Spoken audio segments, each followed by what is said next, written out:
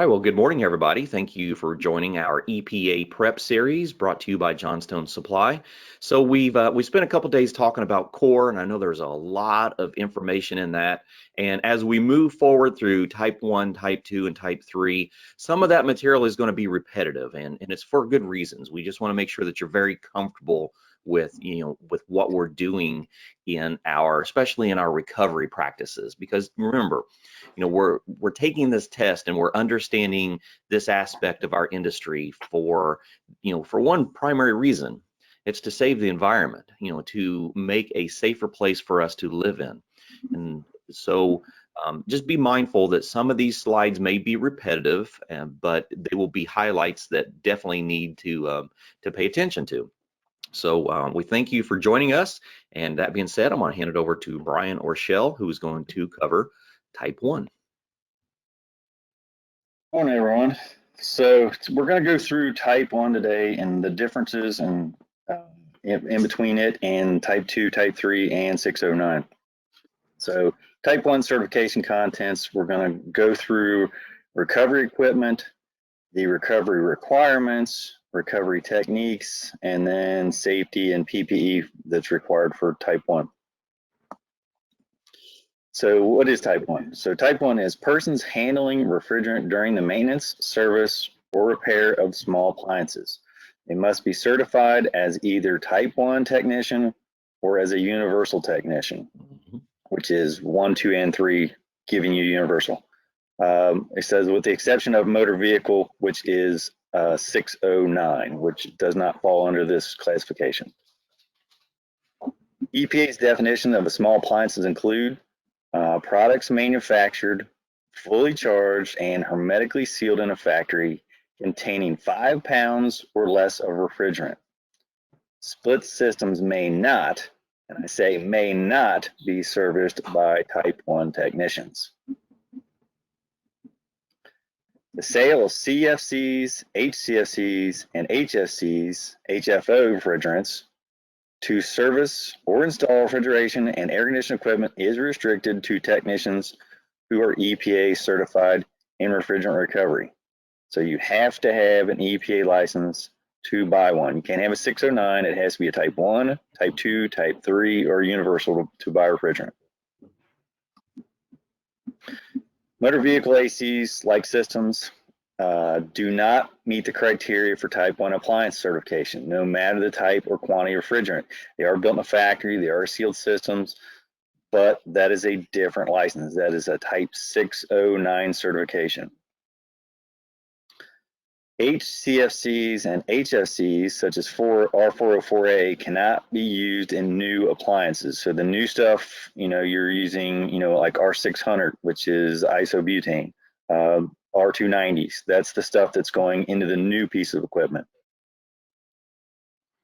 So I was saying yesterday, R404 is out the door. Yeah, it's gone. It's on the hit list, right? Pretty much all the azeotropes are. So when retrofitting or converting a system to use a different refrigerant, only EPA-approved substitutes can be used. Remember, there's no such thing as a drop-in substitute. So EPA does not approve any substitute refrigerants as a drop-in replacement to service an R22 or any other system. That's a full system change if you're changing refrigerants, and probably an oil change that goes along with that. Yep, and flush. Yeah, a whole bunch of stuff that's going to be a real headache, especially for type 1 stuff. Remember, when dealing with type 1, we're talking usually mostly appliances. I don't even know a whole lot of people nowadays that really work on appliances. Truly, like I said, really not to be as much as it used to. Some of the higher end ones probably still do. You mean like the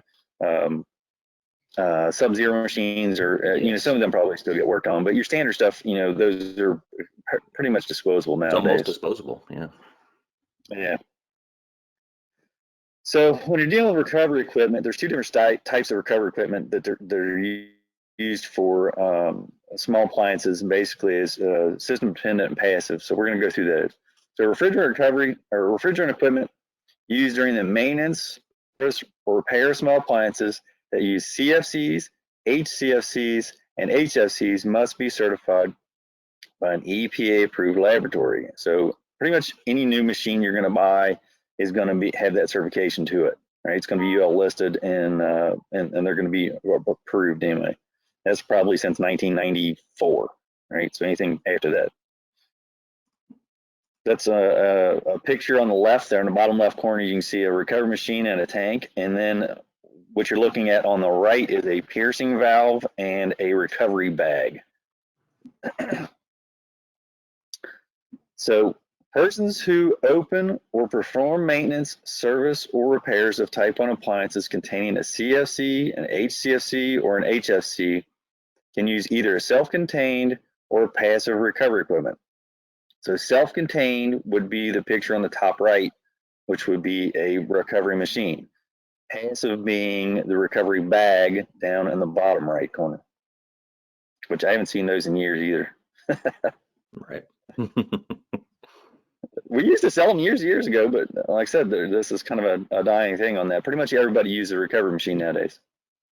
Yeah, absolutely. So, yeah, a domestic refrigerator is an example of an appliance on which it would be permissible to use a passive recovery device. Right. System dependent or passive recovery equipment used for an appliance containing HFCs, HCFCs, or HFCs is limited to a maximum charge of 15 pounds.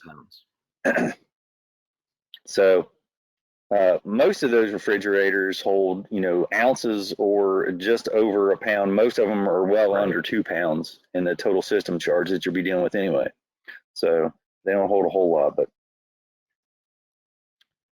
maintenance practices for recovery equipment should include checking for refrigerant leaks and oil levels on a regular basis.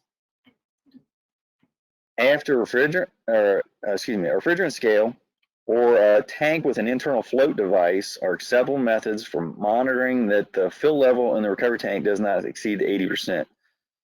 You can't exceed, we talked about this yesterday, you can't exceed 80% in the tank because it needs room for expansion. Mm-hmm. So you have to have one of those two types of devices, either some type of, weighing the cylinder, starting out knowing what the weight of the cylinder is, and then as you're recovering, especially if you're doing appliances, you're going to be pulling small amounts and recording that each time so you know what that is. And if you're not familiar with the tanks themselves, the recovery tanks, on the side of the tank, there's actually a stamped mark on the side of it that tells what the tank actually weighs. Right. So that gives you a baseline starting out so you can know how much it is. If you got a 30-pound tank, 80% means you can put 24 pounds of refrigerant in that max, and that's your 80% mark, right? With the older tanks used to have the device in them where we actually had the internal float. And you actually had a plug that you tag to the top of it that connected to your machine. And I'm sure people still have those machines. Oh, yeah.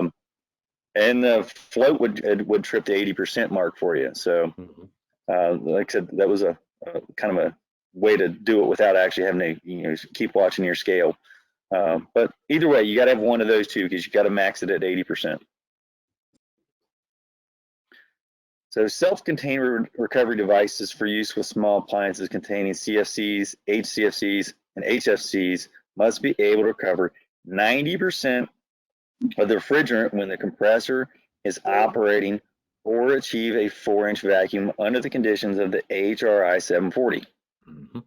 With an inoperative compressor, the equipment used to recover CFCs, HCFCs, and HFC refrigerants from small appliances for the purpose of disposal must be able to recover 80% of the refrigerant or again achieve a 4-inch vacuum.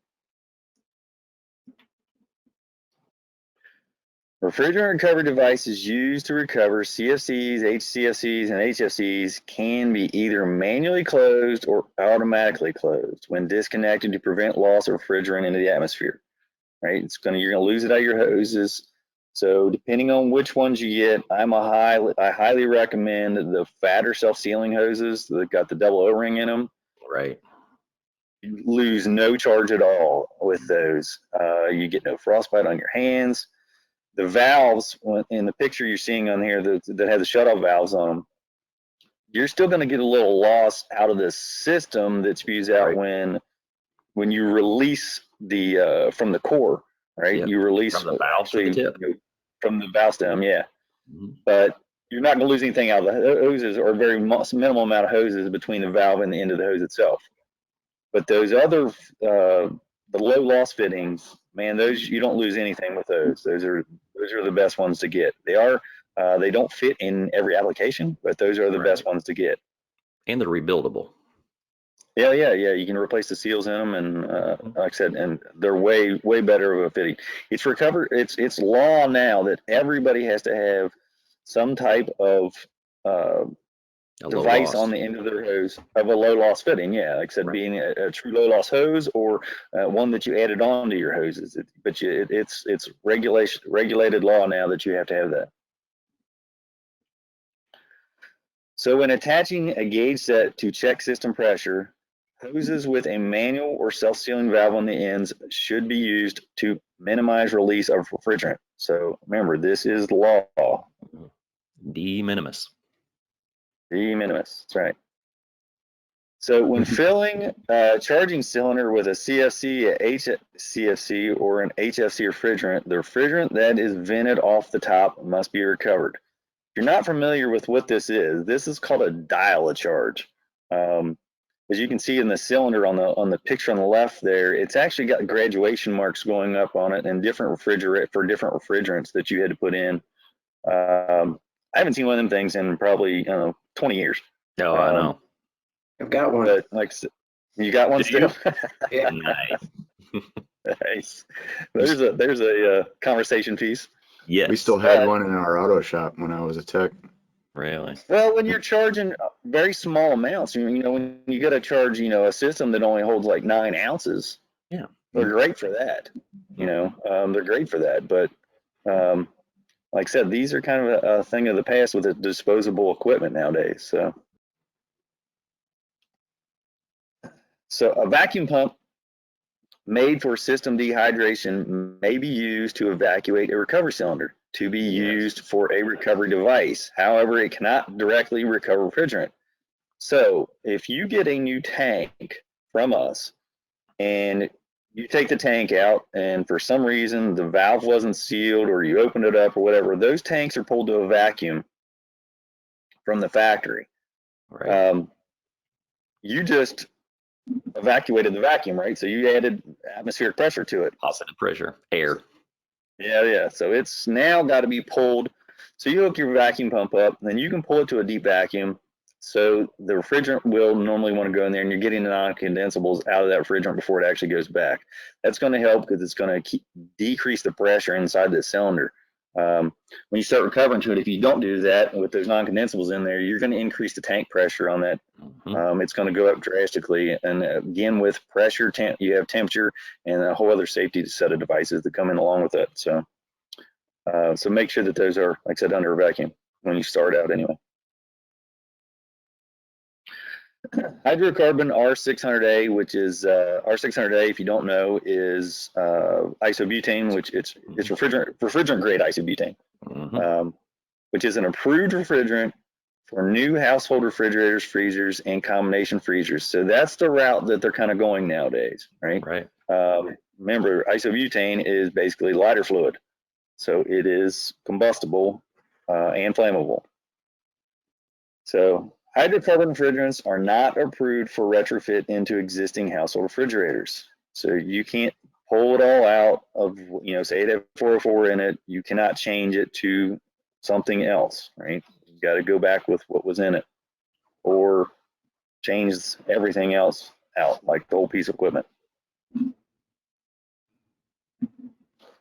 The new SNAP regulations have approved R290, R450A, R600A refrigerants for newly manufactured household refrigerators. And most of those are combustible refrigerants or least flammable. So depending on, like I said, what you're dealing with safety-wise, we have some different safety concerns than we did before of a flammable refrigerant versus a non-flammable refrigerant.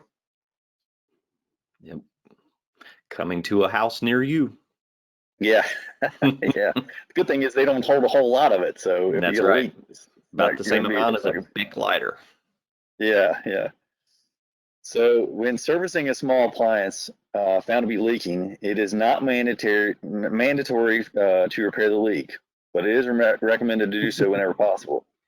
more I than love that likely slide. it's got a leak in it. It's not going to work Right. because it doesn't have that amount of refrigerant in it. So immediately, the product then it's going to be going bad. If it's refrigerator or freezer or something like that, it's going to be going bad, and somebody's going to need to switch this thing out pretty quickly.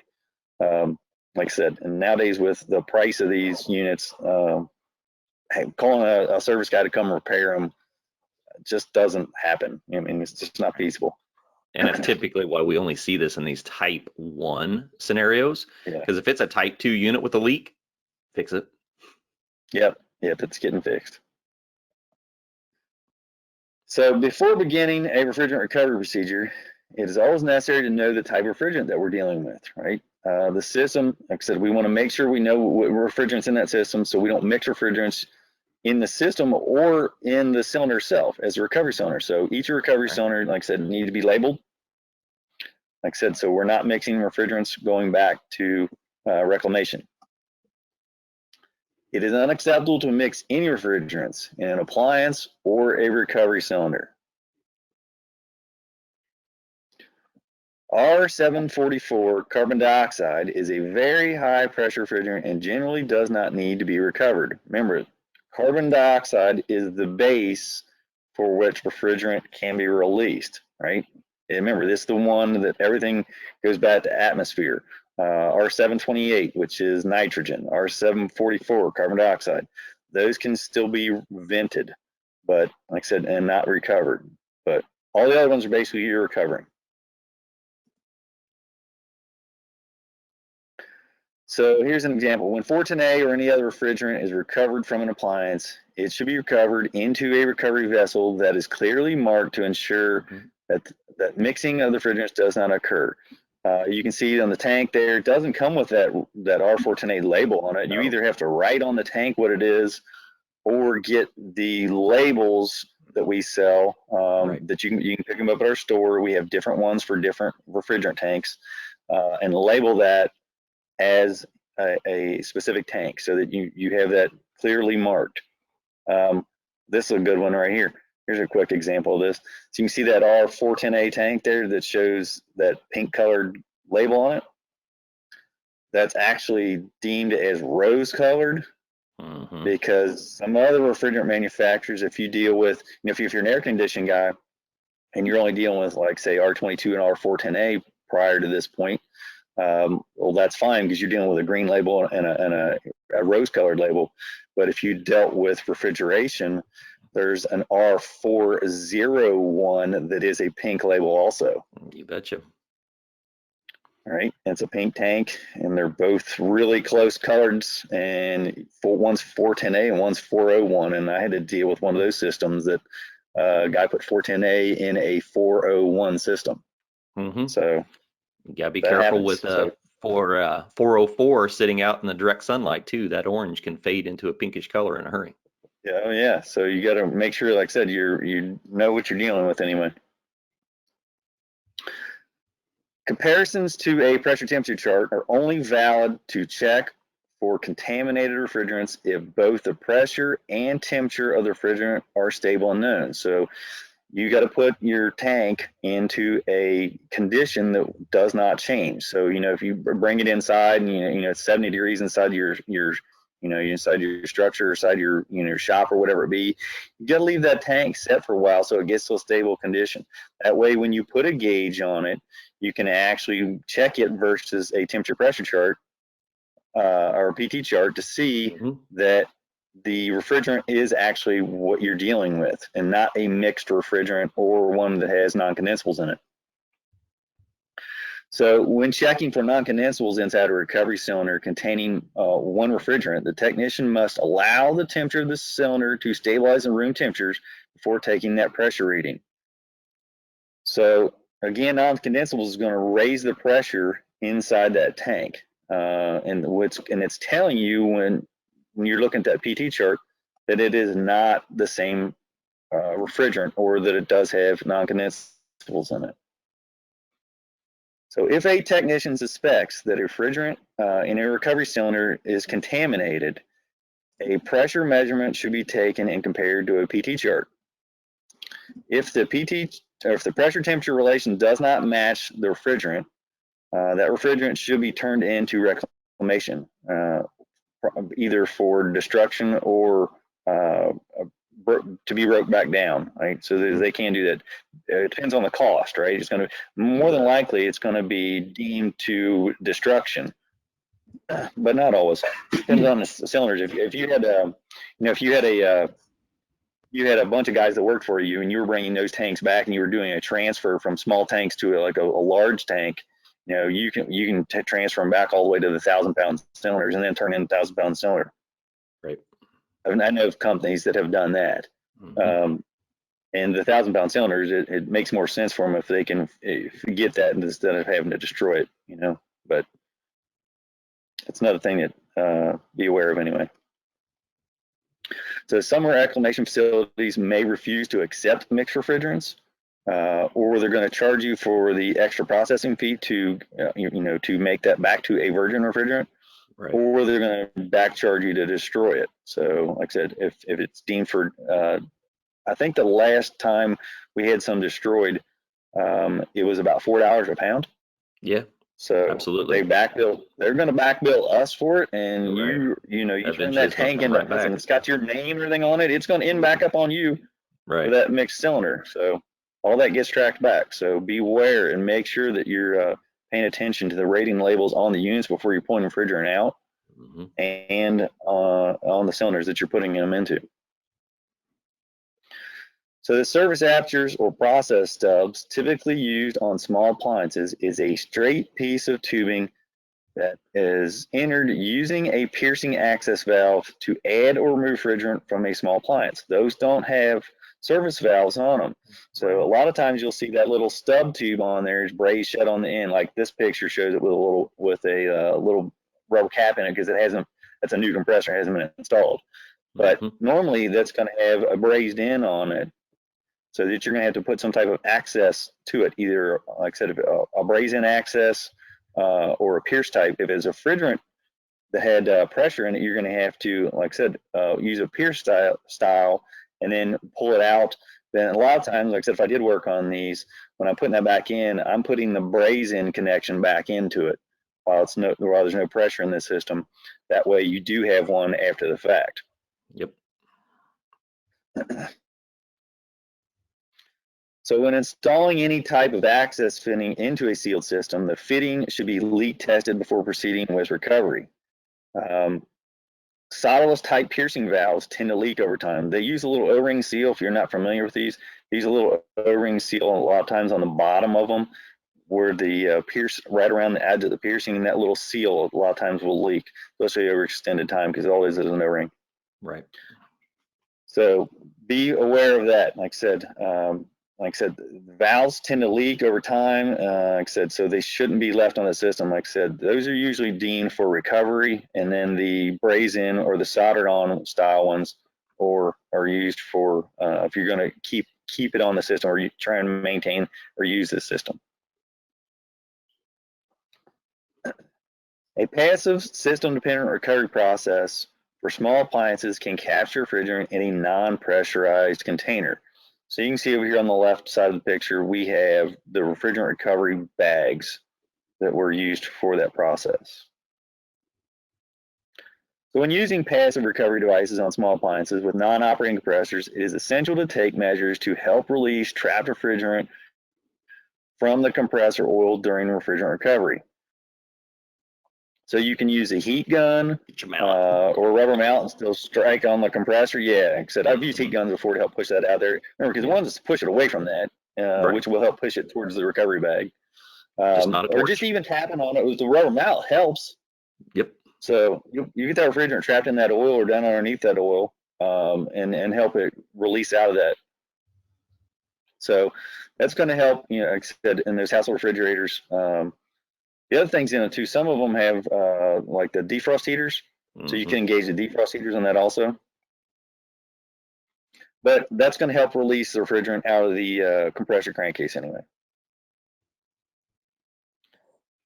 So when using the system-dependent or passive recovery process, and the compressor does not run, both the high and low sides of the system must be accessed for refrigerant recovery. That's going to help speed that process up.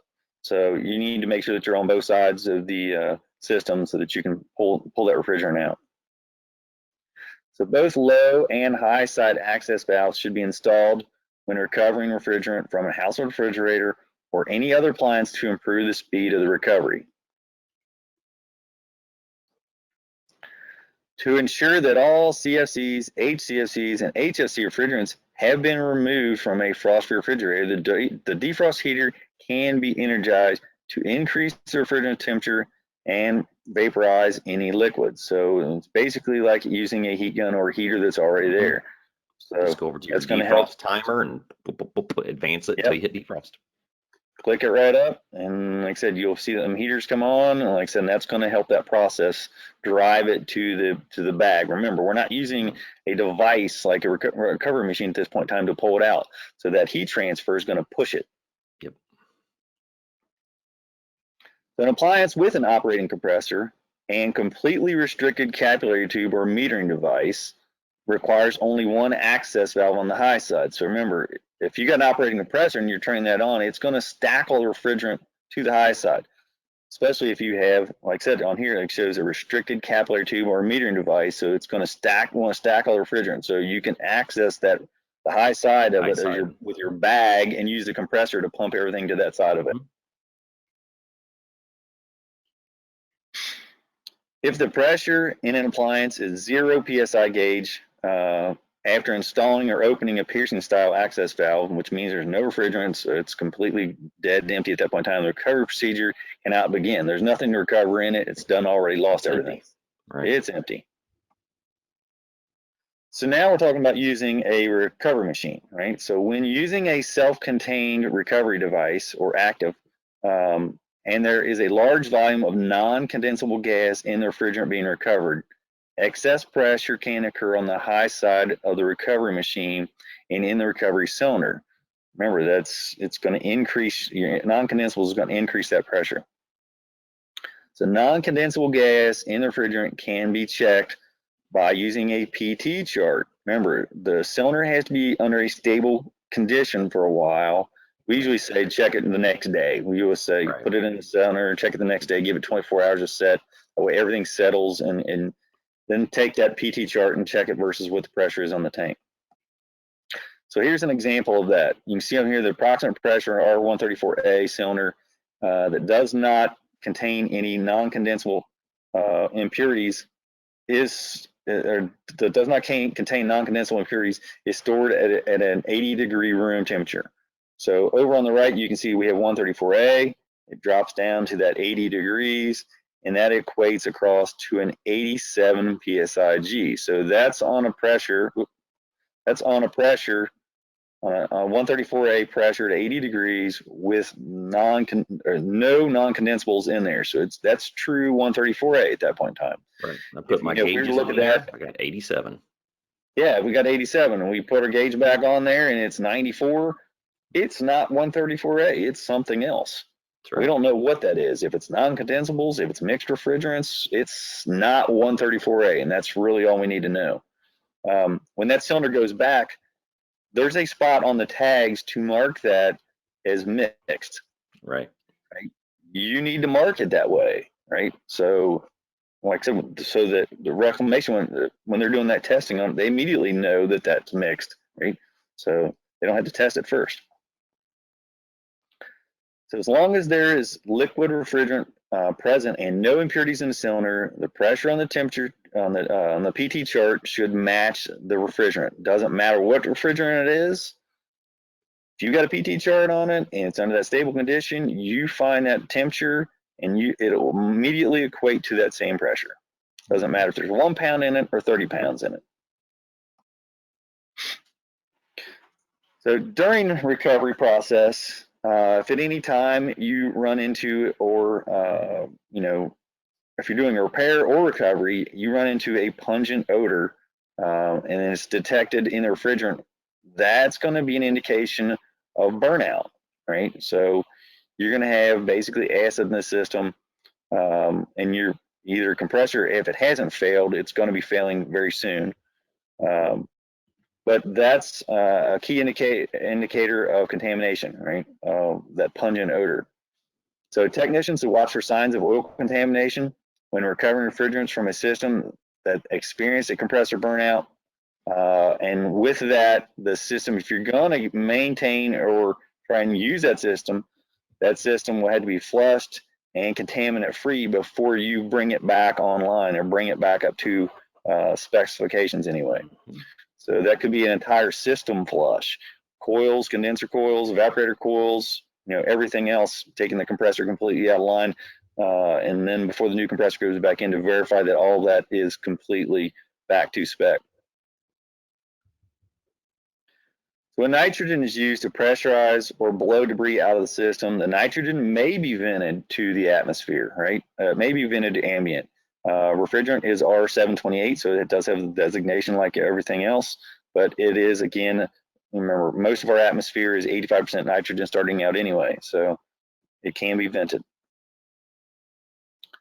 Household appliances charged with hydrocarbon refrigerants require permanent safety markings on or near evaporators, exposed refrigerant tubing, the machine compartment, and the exterior of the rating plate of the unit.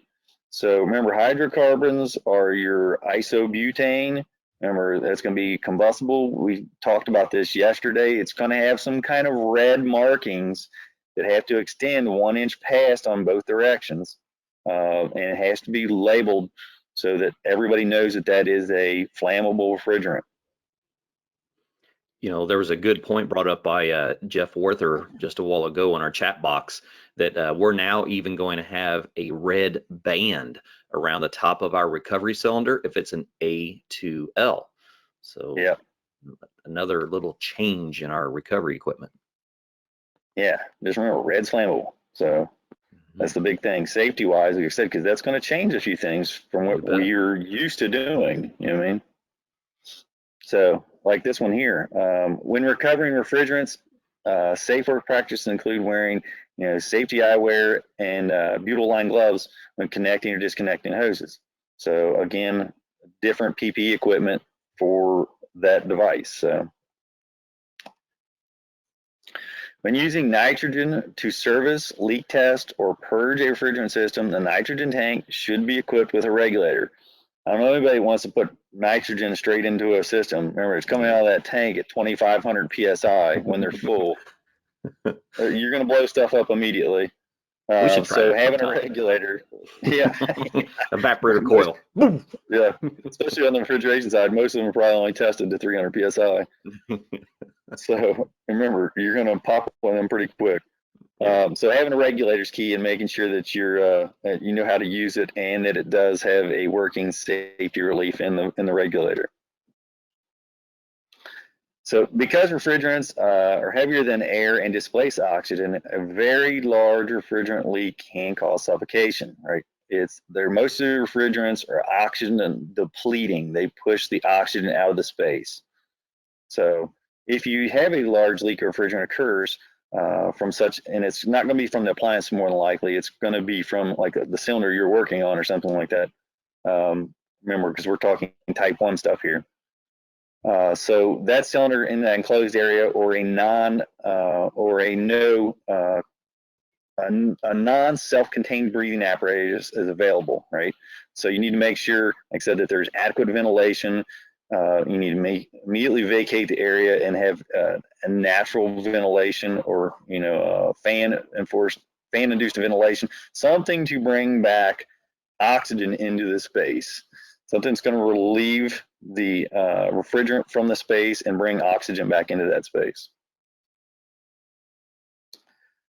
At high temperatures, CFCs and ACFC refrigerants can decompose into phosgene gas. If you're putting a flame to them, that'll change them usually immediately to phosgene gas. You'll see that green flame come off of it. A hydrochloric acid or a hydrofluoric acid could also decompose into those possibly too. Those are usually formed from moisture in the system, like I said, on the stuff that we're dealing with anyway. So, and that brings us to type 2, which I believe we're going to do tomorrow. That is correct. So, type 1 is, there's some unique characteristics to type 1 And that's really what we wanted to cover today, just to, to help you understand the differences of equipment, because we got 3 different classifications of equipment. And depending on what industry you're working in is going to dictate what type of license is required. So, the key things to remember for type 1 is that that does not provide an adequate certification for working on residential HVAC equipment. We're talking about pre-assembled package systems that that only contain 5 pounds or under of refrigerant. Most of them do not even have access fittings on them to be able to be serviced. So most type 1 appliances are truly a non-serviceable piece of equipment. We can, as technicians, service those, but it's going to require access fittings to be installed on those.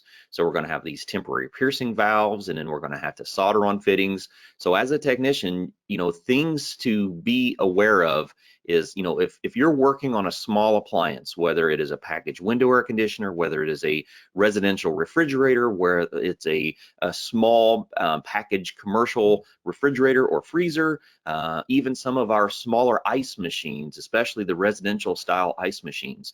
We have all these pieces of equipment that are manufactured, they're pre-assembled, they have refrigerant in them, but they do not have access fittings. And that's why, as a type 1, we just need to understand that, most of these appliances are not factory serviceable. So that type 1 certification really doesn't do you a lot of justice in the industry, because once you have to do repairs on those pieces of equipment, then we're going to start looking at really needing a higher certification, which is why even a lot of the residential refrigeration companies, one major one of the largest service companies in the United States is, that Sears has maintained for a long time, the Sears appliance department. And, even though that is a type 1 industry, they require a universal certification, because if you're going to be working on these pieces of equipment, once you add fittings onto those, you're starting to move into that, more than type 1 certification. So, a lot of guys will get into our industry, into the HVAC industry, and they'll get their type 1 certification and go, hey, I've got a type 1, I can now go out and work on stuff. No, not in the HVAC side of it. That type 1 certification really is for pre-assembled appliances with 5 pounds or under that do not typically have service fittings. So it's really not getting you into a place where you can work on much of equipment. That's why we're trying to get you all to strive for that universal certification. Spend your time going over, if you've noticed, there's a lot of information in core, because core is trying to teach us all of the fundamentals of refrigeration. Type 1 is going to break us into what those requirements are for a type 1, a 5 pound and under system. And as we go into type 2, we're going to start looking at an entire different side of the industry. And as we get into type 3, we're going to be into a whole nother realm. And there's going to be a lot of things to understand. Think about that. So one of the questions that just came in is, what about a PTAC unit? Yeah. So, if you think about that, in a PTAC unit, we're talking about a pre-assembled appliance with 5 pounds or under with non-service fittings. Go ahead, Greg. No, I was just going to say it's a type 1 system considered. It is. Absolutely it is. So PTACs, those through the walls, window ACs, all those. You could technically, when you think about it, there's refrigeration equipment like rooftops, RTUs, that have less than 5 pounds. Still fall under that category. Yeah, absolutely. You could get a 3-ton RTU, one of the smallest ones that they make, or 5-ton RTU with around 7mm lines, and still have just 4.9, 4.8 pounds in the system. That still falls under type 1 certification. That's right. So, those can still, be effective. That type 1 license can be effective for our industry. You just need to understand what we're actually talking about. Because if you're into, a multifamily complex, or if you're into building maintenance and all you have is PTAC units, you're technically only required to have that type 1 license. You're supposed to have all of the understanding of that core, so how to properly recover and how to properly repair, but your license really is only qualified for type 1 if we're working on PTAC units. So, that's what we're doing. We're just trying to help you understand what those differences of license are. So the goal is to get your universal, because remember, this is a license that does not have to have annual continuing education hours to maintain. So you can get your license, and if you get a universal license that first time that you take your test, you're done until you come back to get some more education. And I know there's some people out here that are just here for understanding changes in regulations, and we're required by EPA to do that as a technician. But it's a whole lot better if you already have your universal license and you're just coming back to do the education, because I can guarantee you the test that I took back in 1999 was very different than the test that is being done right now that you're going to take. And it's going to be different in another 5 years, because if we look at how these regulations are changing right now, we can only imagine what that's going to be, in another 5 to 10 years, when those expectations of GWPs keep going down and down and down and down and down. We're going to have new technology. We're going to have new information. Our licensing is probably going to stay the same because it's built by the EPA. It's all about the refrigerant management. So, understanding what those licenses actually apply to is where we come into play and what you need to understand. So if you are only ever going to work on PTAC units and residential refrigerators, type 1's all you're ever going to need. But we encourage you to shoot for that universal, because just in case, because if we look at the the typical path of a HVAC and refrigeration technician, you're going to continue through the industry. You're going to continually work into different fields. I've seen guys that have been fantastic HVAC installers and technicians, and they go, first 5 years of their field, they're like, man, I'm gonna do this forever. This is a great gig. And then until you climb the roofs for 20 years, and then you go, maybe I want to work on something that I don't have to climb or crawl. And then you're to a point where you have to change your industry a little bit. And if you go into the commercial and industrial side of it, even if you're just going to work on commercial HVAC equipment, every manufacturer or every contractor that I have ever encountered that does commercial industrial, they require a universal, or they require you to upgrade your license to a universal. So push yourself. This is a great time to do it. You have time to study, you have resources. We've got great companies that are providing additional information to train on. We've got ESCO that is giving you free tests, practice, opportunities. So do some due diligence and use this. It's a tool for you. It's going to be, all these videos are going to be on our YouTube channel, and just for this week. After that, they're not going to be available. So invest in yourself, and I'll be curious, and I'll be really excited to see how many people take their test after we do these classes. So if you do, please keep in touch with us after you get your results, because if you were taking the EPA test in one of our courses in-house, we would be able to see those results when we're done. But because you're taking your test directly with ESCO, we won't really know. So we're always excited to see what percentage of our students actually achieve universals on their first attempt, because we're very proud of the education that we give here at Johnstone Supply, and it makes a significant difference, because we have people come in all the time going, hey, I got my study guide, which has got like 40 or 50 pages to it, and I looked at it last night and I'm ready to take my test. And I go, well, I'll see you next month. Yeah. Because you're coming back. It's not that easy. So the more prep you do and the more review you do, the better off you're going to be.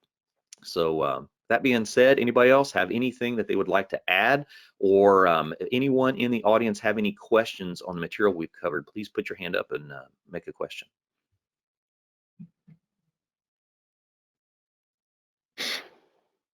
All right, well, everyone, I appreciate you joining us, and we will regroup tomorrow for Type 2. Everybody have a safe day. Yep, have a good day, guys. See you.